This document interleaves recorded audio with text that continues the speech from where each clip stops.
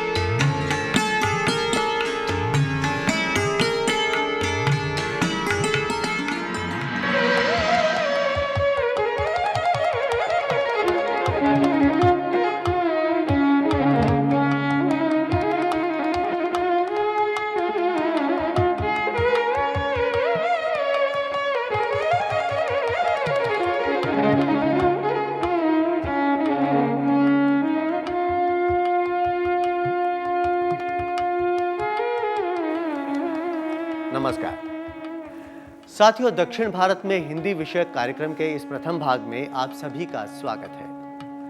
आपके मानस में इतिहास के वे फड़फड़ाते पन्ने तो अंकित होंगे ही, जिनमें हमारे भारत के गुलामी की जंजीरों में जकड़े होने की गाथा लिखी हुई है। आओ प्यारे वीरों आओ, देश धर्म पर बलि बलि जाओ।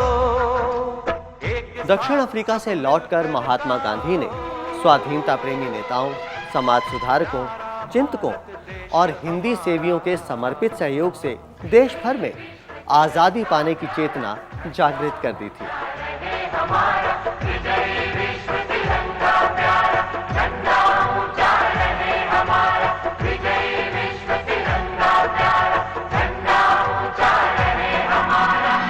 आइए ऐसे ही समय में दक्षिण भारत में हिंदी के विकास की पूर्व पीठिका को समझने का प्रयास करते हैं। आपको लिए चलते हैं वहां जहां दक्षिण भारत में हिंदी विषय पर चर्चा चल रही है। आज की इस चर्चा में मैं डॉक्टर सुंदरराज रेड्डी आप सभी का हार्दिक अभिनंदन करता हूं। साथियों, आज की इस चर्चा का विषय है दक्षिण भारत में हिंदी।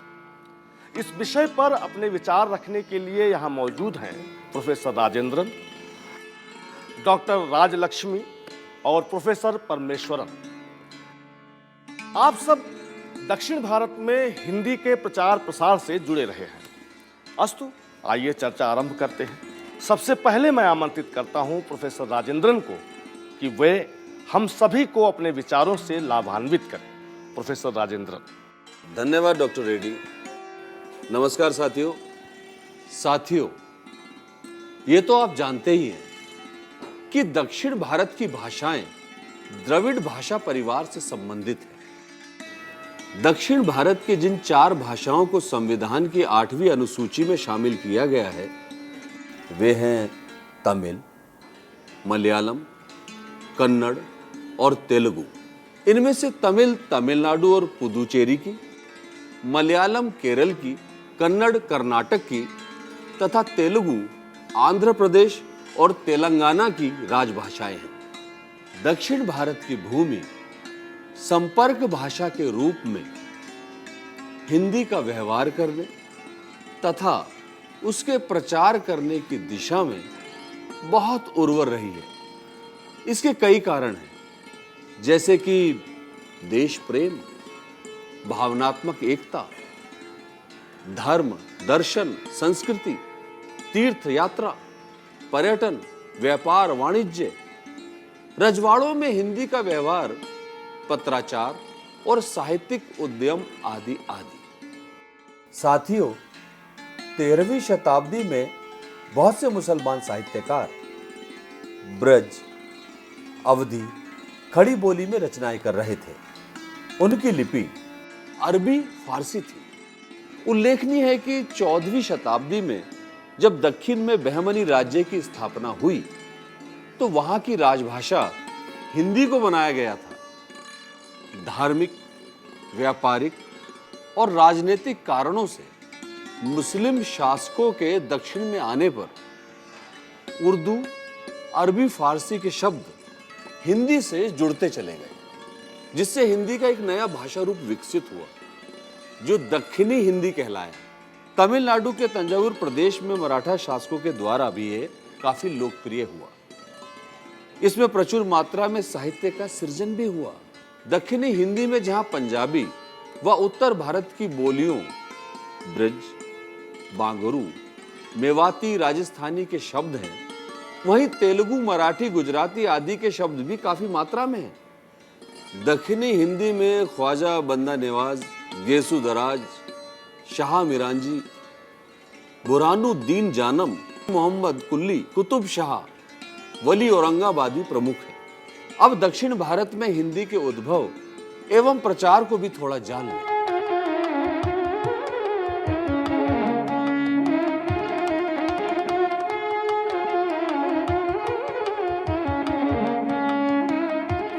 केरल के तीर्थ स्थानों, मंदिरों की यात्रा के लिए जो उत्तर भारतीय यात्री आया करते थे, वे देवालयों के पास बने विशेष प्रकार के मुसाफिर खानों में ठहरते थे, जिन्हें गुसाई मठ भी कहा जाता था। यात्रियों की सुविधा के लिए गुसाई मठों में दुभाषी नियुक्त होते थे। उस समय यहाँ के लोग हिंदी को गुसाई भाषा कहते थे। केरल के तिरुवंतापुर अर्थात त्रावणकोर के राजा बड़े ही विद्या प्रेमी और कर्मनिष्ठ थे। सन 1813 में जन्मे तिरुवंतापुर के महाराज स्वाति तिरुनाल, स्वाति नक्षत्रज्ञ राजा राजवर्मा प्रख्यात रहे हैं। वे संस्कृत, तमिल, मलयालम और हिंदी के उच्च कोटि के विद्वान थे। उनके रचे भक्ति पद बहुत लोकप्रिय हुए।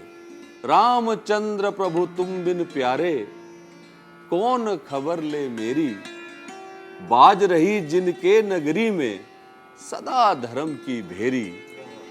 राम कृष्ण पर आधारित रचित इनके पदों पर ब्रज भाषा का प्रभाव है। इनके अतिरिक्त श्री कुंजन नंबियार जैसे हास्य कवियों ने अपनी कविताओं में पात्रानुकूल भाषा का प्रयोग करके मलयालम गीतों में हिंदी को स्थान दिया है। कर्नाटक में हिंदी के प्रयोग और प्रसार पर भी थोड़ा प्रकाश डालेंगे? हाँ, वही बताने जा रहा हूँ। भौगोलिक दृष्टि से कर्नाटक के कुछ हिस्से पुराने हैदराबाद राज्य में और कुछ हिस्से महाराष्ट्र की तरफ पड़ने के कारण हिंदी का अच्छा वातावरण उन प्रदेशों में बना रहा। दूसरी बात यह है कि कन्नड़ में संस्कृत के शब्दों की बहुलता के कारण लोगों को हिंदी सीखने और समझने में कठिनाई नहीं होती। यहाँ यह जानना दिलचस्प होगा कि सन 820 में जन्मे हिंदी के आदिकाल के प्रख्यात सिद्ध कवि कणहप्पा कर्नाटक के ही थे। सन 873 ईस्वी में स्वयंभू ने परमचर्यु, रिट नेमिचर्यु और स्वयंभू छंद नामक अपभ्रंश ग्रंथों की रचना की। यहाँ अन्य कई जैन कवि भी हुए। 12वीं सदी से पूर्व ही कर्नाटक में प्राचीन खड़ी बोली का अपभ्रंश मिश्रित हिंदी का व्यवहार होता रहा है। आगे चलकर इसी भाषा का परिवर्तित रूप दक्षिणी हिंदी हुआ। सन 1922 ईस्वी में मंगलूर के आर्य समाज कार्यालय में हिंदी पढ़ने पढ़ाने की व्यवस्था की गई। सन 1924 में कांग्रेस के बेलगांव अधिवेशन में महात्मा गांधी ने हिंदी को भारत की राष्ट्रभाषा घोषित किया। इसका प्रभाव न केवल कर्नाटक पर अपितु पूरे देश पर पड़ा। सन 1927 में गांधी जी की अध्यक्षता में बंगलुरु में अखिल कर्नाटक हिंदी प्रचार सम्मेलन का आयोजन किया गया। दरअसल उन दिनों हिंदी अंग्रेजों के विरुद्ध आम विद्रोह की भाषा थी। हिंदी प्रचार आंदोलन में समाज सेवियों और धार्मिक घटकों का योगदान भी रहा होगा। निसंदेह इनका लाभ हमें भरपूर मिला। भारतीय आदर्श और संस्कृति के पुजारी राजा राम मोहन राय और स्वामी दयानंद सरस्वती द्वारा स्थापित ब्रह्म समाज और आर्य समाज के साथ साथ अन्य संस्थाएं जैसे प्रार्थना समाज, थियोसॉफिकल सोसाइटी आदि, इन सभी ने हिंदी प्रचार आंदोलन को गति प्रदान की। नागरी प्रचारिणी सभा, काशी और हिंदी साहित्य सम्मेलन के प्रयास भी इस आंदोलन का अभिन्न हिस्सा रहे। देश की एकता और अखंडता के लिए गांधी जी के रचनात्मक कार्यों में हिंदी का व्यापक प्रचार प्रसार शामिल था। सन 1918 में हिंदी साहित्य सम्मेलन के इंदौर अधिवेशन में गांधी जी के नेतृत्व में हिंदी प्रचार अभियान दक्षिण भारत, विशेषकर मद्रास से शुरू करने का प्रस्ताव पारित हुआ। इसी वर्ष मद्रास में गांधी जी ने दक्षिण भारत हिंदी प्रचार सभा की स्थापना की। वहां प्रथम प्रचारक के रूप में उन्होंने अपने पुत्र देवदास गांधी को भेजा। महात्मा गांधी आजीवन इस सभा के अध्यक्ष रहे। उनके बाद देश रत्न डॉक्टर राजेंद्र प्रसाद एवं भारत के अन्य गणमान्य इस संस्था के अध्यक्ष रहे। प्रोफेसर राजेंद्रन, साथियों, चाय पान के उपरांत हम इस चर्चा को आगे भी जारी रखेंगे, तो आइए थोड़ा जलपान हो जाए। आइए।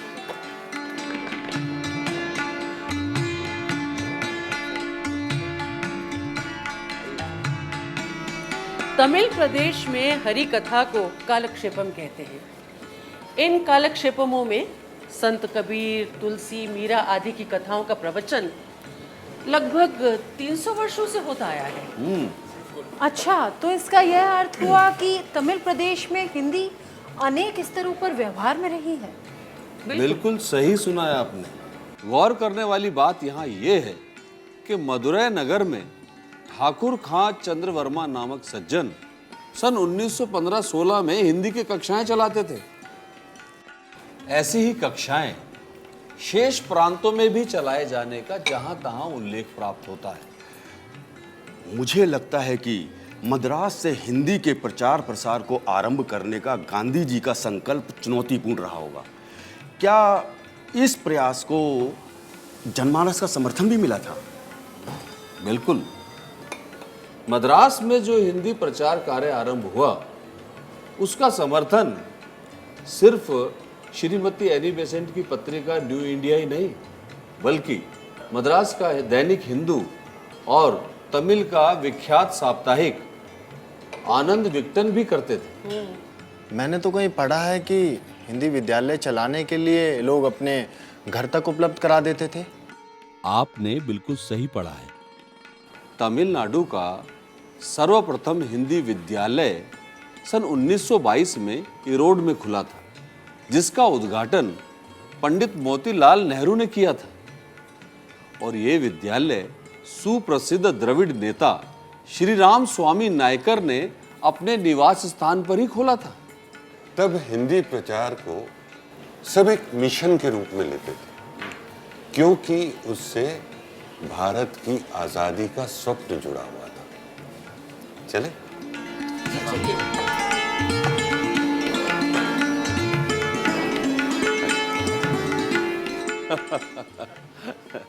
आइए, आप सबको एक दिलचस्प घटना सुनाता हूं। सन 1925 में दक्षिण में हिंदी प्रचार कार्य के निरीक्षण के लिए श्री पुरुषोत्तम दास टंडन पधारे थे। वो तंजावुर जिले के आवूडियार कोविल में श्री कांची कामकोटि पीठाधिपति जगत गुरु शंकराचार्य के दर्शन के लिए गए। जगत गुरु ने हिंदी प्रचार के लिए उस जमाने में अयाचित ही टंडन जी को 100 रुपए दान स्वरूप में दिए। हिंदी प्रचार के लिए यह पहला दाक्षिणात्य दान रहा। देखिए, आइए। दक्षिण भारत में हिंदी विषयक इस चर्चा को आगे बढ़ाने से पूर्व आइए दिखाते हैं आपको एक लघु फिल्म, जिससे पता चलता है कि ब्रिटिश शासन का खुफिया विभाग किस प्रकार से हिंदी की बढ़ती लोकप्रियता से परेशान था।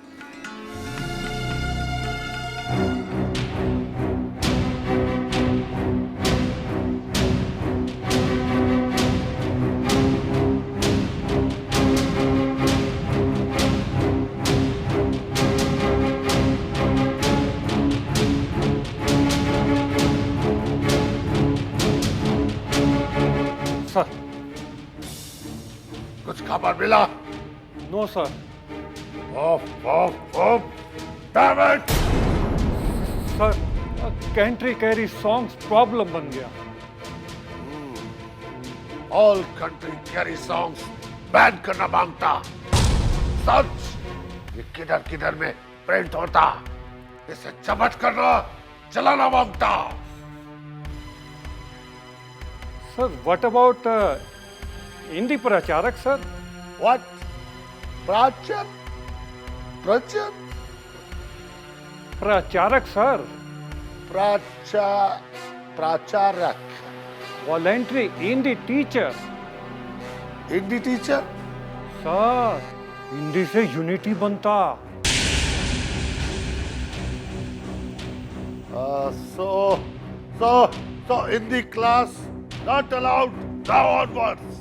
सर, चरखा, खादी, टोपे, play, songs, gram, saba, and now Hindi class.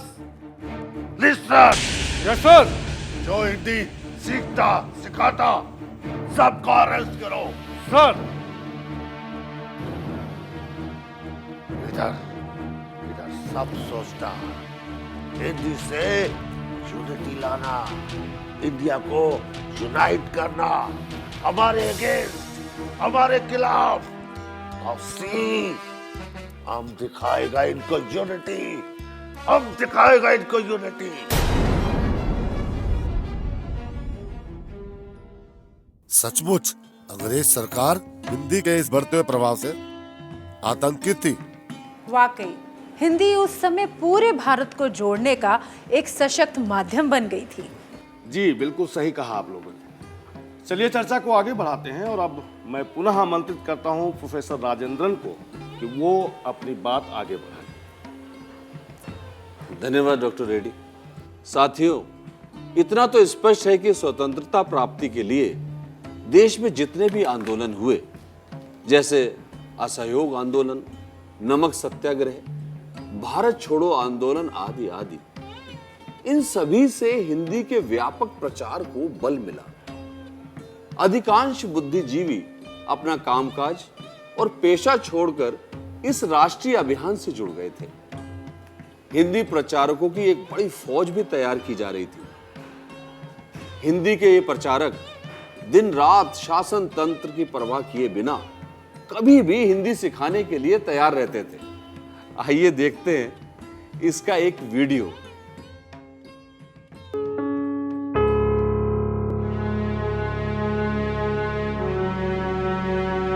कितनी दूर हो रहे? बस पास ही है। 1 मील तो चल ही लिए होंगे ना? हाँ, इतना तो चले ही हैं। कहीं अंग्रेज हमारा पीछा तो नहीं कर रहे? मुझे तो कुछ दिखाई नहीं दे रहा। सावधानी से पहुंचना होगा। हिंदी किताब रख ली ना? हाँ, 40-42 प्रतियां हैं अपने पास। फिर तो कोई दिक्कत नहीं। रुको, देखो देखो, वहां से आवाजें आ रही हैं, रोशनी भी दिखाई दे रही है। चलो चलो इधर छुप जाते हैं। छुप जाओ, यहाँ पे छुप जाओ जल्दी। इसकी लो मत, रोशनी बाहर तक नहीं जानी चाहिए। आहट तो इसी तरफ हो रही थी। हाँ, रोशनी भी यहाँ से दिखाई दे रही थी। हाँ, प्रचारक जी, प्रचारक जी, कहीं अंग्रेज तो नहीं? नहीं, दूर से देखा था तो टोपी लगाए थे और धोती भी पहने थे। प्रचारक जी, प्रचारक जी, प्रचारक जी, वंदे मातरम। प्रचारक जी, वंदे मातरम। वंदे मातरम, वंदे मातरम, प्रचारक जी, वंदे मातरम। वंदे मातरम, वंदे मातरम। छिपते छिपाते आए हैं। आइए चलें, सभी को आप ही का इंतजार है। महिलाओं, बच्चों, युवाओं, बुजुर्गों, सभी में हिंदी सीखने का जबरदस्त उत्साह है। ये तो बड़ी खुशी की बात है। चलिए चलिए। अरे वाह, ये तो वाकई उनका प्रशंसनीय कार्य था। यकीनन ये किसी जुनून से कम नहीं था। बिल्कुल, इस प्रकार के जुनून दक्षिण भारत में जहां तहां दिखाई दे रहे थे।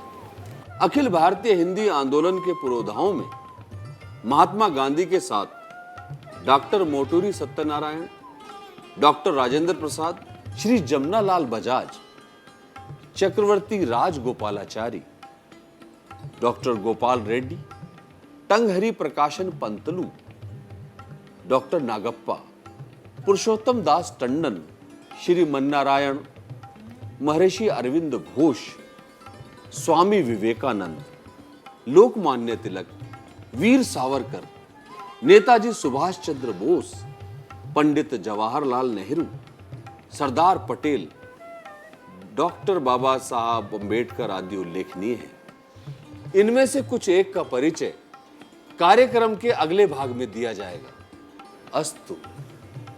उस समय देश का संपूर्ण वातावरण देशभक्ति और हिंदी के रंग में रंगा हुआ था। आइए अब जाने कि दक्षिण भारत हिंदी प्रचार सभा की हिंदी प्रचार संबंधी गतिविधियां क्या रही।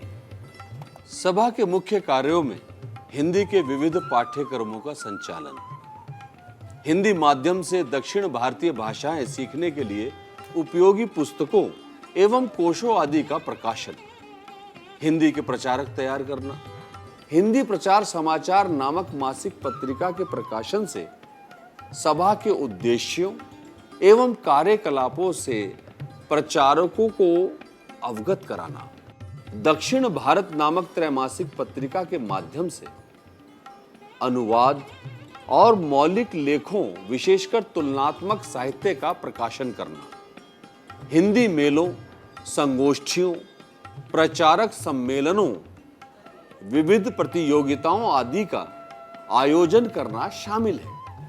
उच्च शिक्षा एवं शोध संस्थान के माध्यम से सभा ने हिंदी अध्ययन एवं शोध को भी व्यापकता प्रदान की है। सभा की 4 शाखाएं हैं जो तिरुचिरापल्ली, धारवाड़, हैदराबाद और एर्नाकुलम में स्थित है। सन 1964 में इस सभा को राष्ट्रीय महत्व की संस्था घोषित किया गया है। वर्तमान में सभा चेन्नई के त्यागराज नगर में स्थित है। दक्षिण भारत हिंदी प्रचार सभा के अतिरिक्त हिंदी सेवियों के प्रयत्नों से दक्षिण में जो अन्य प्रमुख संस्थाएं बनी उनके नाम कुछ इस प्रकार हैं।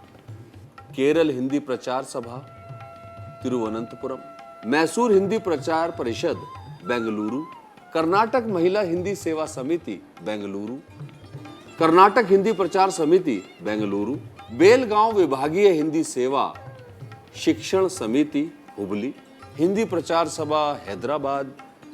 इन संस्थाओं की कुछ हिंदी परीक्षाओं को सरकारी मान्यता प्राप्त है। संपूर्ण दक्षिण भारत में लगभग सैकड़ों स्वैच्छिक हिंदी संस्थाएं हिंदी के प्रचार प्रसार का कार्य कर रही हैं। प्रतिवर्ष लाखों विद्यार्थी हिंदी की इन परीक्षाओं में बैठते हैं।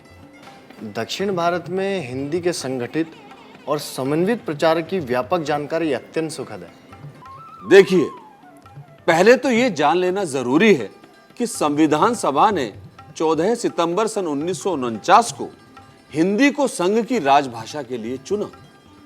जानते हैं, इस संविधान सभा के अधिकांश सदस्य हिंदीतर भाषी ही थे।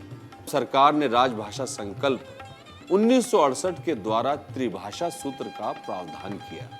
इसके अनुसार दक्षिण भारतीयों के लिए अपनी मातृभाषा और अंग्रेजी के अतिरिक्त हिंदी भाषा का अध्ययन करने तथा शेष भारत को अपनी मातृभाषा और अंग्रेजी के अतिरिक्त एक अन्य भारतीय भाषा वरीयतः दक्षिण भारतीय भाषा के अध्ययन का प्रावधान रखा गया।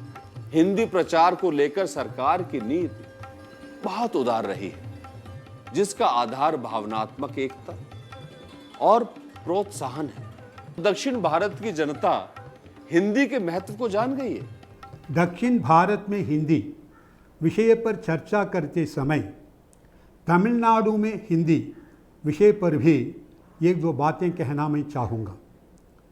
ये सत्य है कि केरल, आंध्र और कर्नाटक में खूब जोर शोर से हिंदी का प्रचार प्रसार हो रहा है।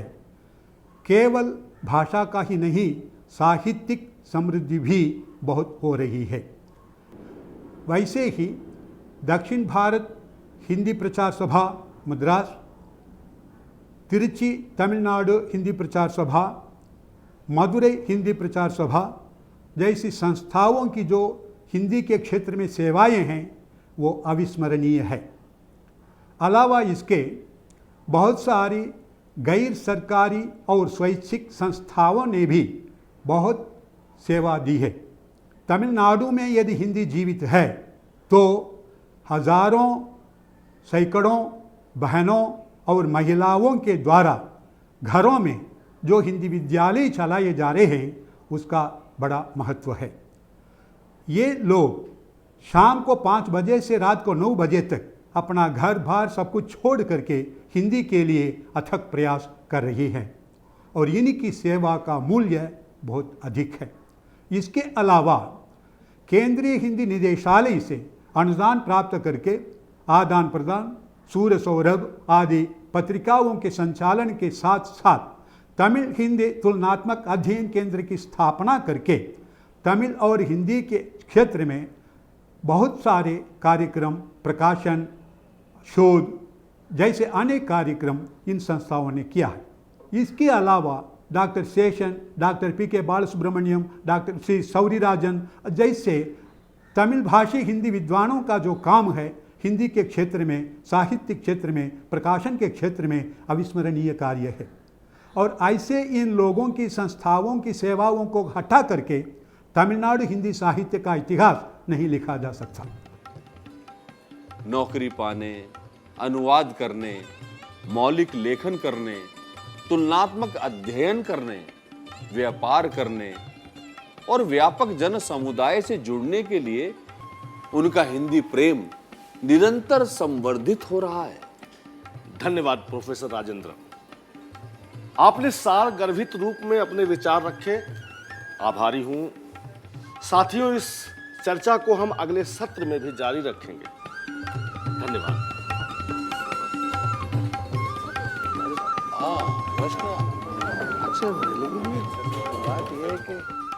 दक्षिण भारत में हिंदी विषयक कार्यक्रम के अगले अर्थात द्वितीय भाग में हम दक्षिण भारत में हिंदी शिक्षण, अनुवाद एवं पत्रकारिता आदि के बारे में जानकारी प्राप्त करेंगे।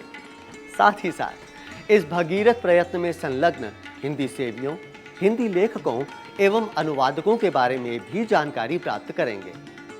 इस क्रम में आगे दक्षिण भारत से हिंदी को जोड़ने वाले अन्य प्रयासों की भी चर्चा अभीष्ट है। फिलहाल मुझे इजाजत दीजिए। धन्यवाद। नमस्कार।